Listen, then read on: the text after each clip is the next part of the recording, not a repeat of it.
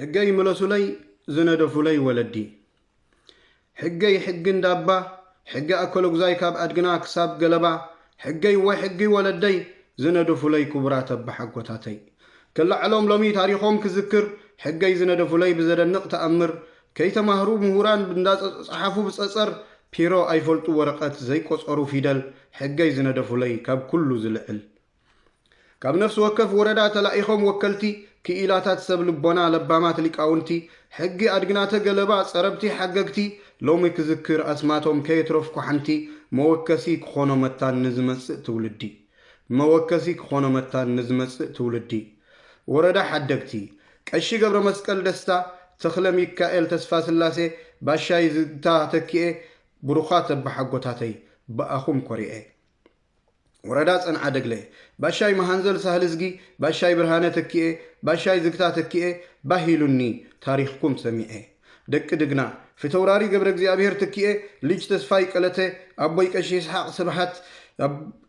ደስ ይሉኒ ምውላደይ ካብ ተባዓት መረታ ሰበነ ባሻይ ኪዳነ ተኪኤ ብላታ ኣስጎዶም ዘርአ ብላታ ዕቁባዝጊ መሓሪ ፍተውራሪ ሓጎስ ካሕሱ ብላታ ገረዚሄር ኪዳነ ፍተውራሪ ዓንዱ ዕቁባዝጊ ኣይክብለልን እዩ ታሪኽኩም ኣለኹኹም ኣነ ኣይክብለልን እዩ ታሪኽኩም እንከለኹ ኣነ ባሻይ ቴድረር ምስ ዝባውንቲ ባሻይ ተስፋ ገርግስ ምሑር ብላታ ዕቁባ ስላሴ ህብታይ ባሻይ ሃይለ ስላሴ ገብረ ስላሴ ባላም ጉግሳ ግደ ብላታ ምስጉን ገብረ ገርግስ ኣቦይ ቀሺ ብርሃነ ተስፉ ክነብር እዩ ታሪኽኩም ብወርቂ ቀለም ተጻሒፉ ክነብር እዩ ታሪኽኩም ብወርቂ ቀለም ተጻሒፉ ደቂ ዘርኢ ሰናይን ምስ ደቂ ትሕሽቲ ግራጅማሽ ገብረ ኢየሱስ ሽፋ ባሻይ በየነ ሙሳ ባሻይ ተስፋይ ገብረ ኢየሱስ ሻለቃ ተኽለ ዕቁባን ሚካኤል ባሻይ ጎይቶኦም ጎሹ ብላታ ገብረ ማርያም ዕቁቡ ተቐበልቲ ጋሻ ነይሮም ዘሕድሩ ዘዕቁቡ ዓረት ምስ ደሪጨን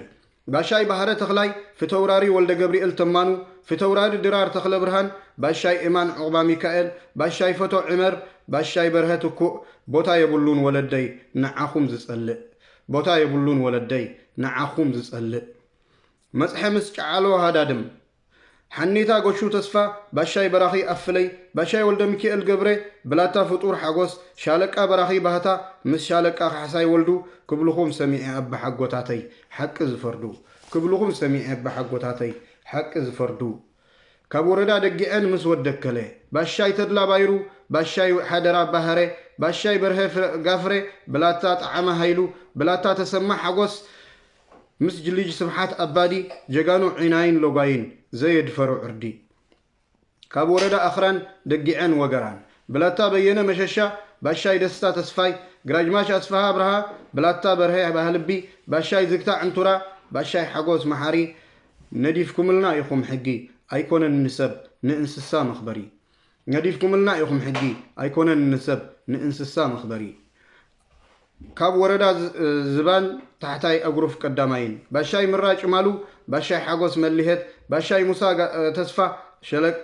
ሸቃ ገብረ እግዚአብሔር ገብረ መድህን ባሻይ ወልደ ሊባኖስ ገብረ ኢየሱስ ታሪኽኩም ጽሩይ ንልቢ ዘረስርስ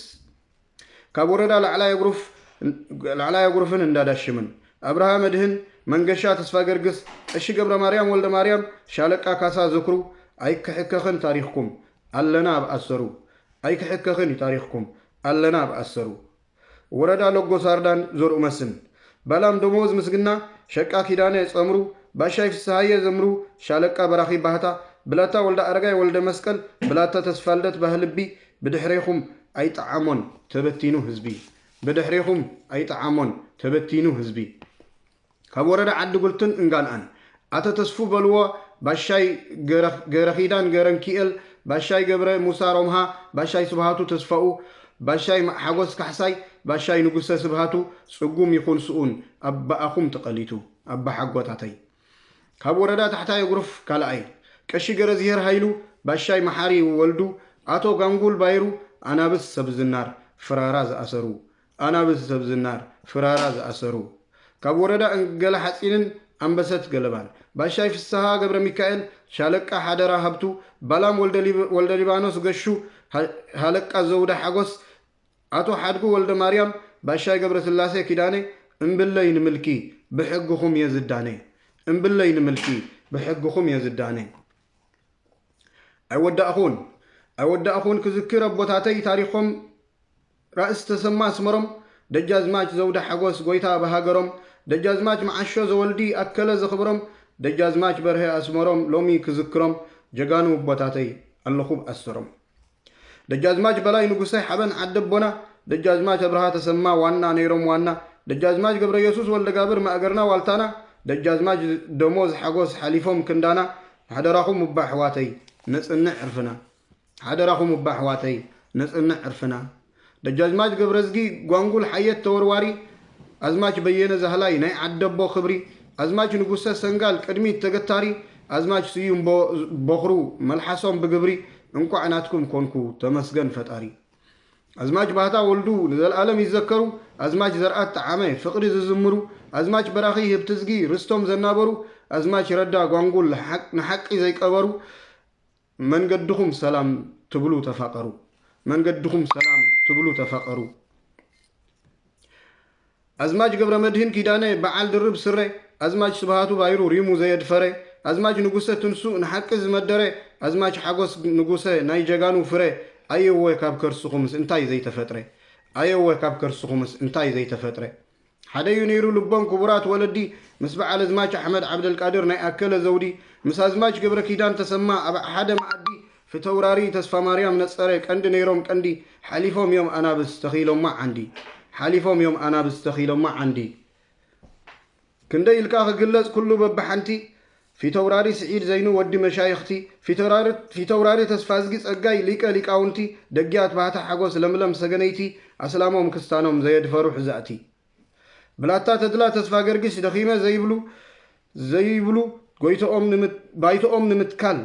ሰለም ዘየበሉ ምስ በዓል ባላም ገብሩ ወልደ ገርግስ ክመኽሩ ከዕልሉ ብላታ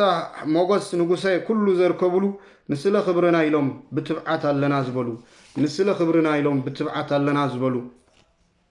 ባሻይ ዝግታ ተኪኤ ምርኩስና ዮም ባላ ቀሺ ገብረ መስቀል ደስታ ኩሎም ብጠቕላላ ተኽለ ሚካኤል ተስፋ ስላሴ ንዓደይ ዝሓለፉላ መዳርግቲ ኣልቦ ክርዳድ ዘልገሱላ መዳርግቲ ኣልቦ ክርዳድ ዘልገሱላ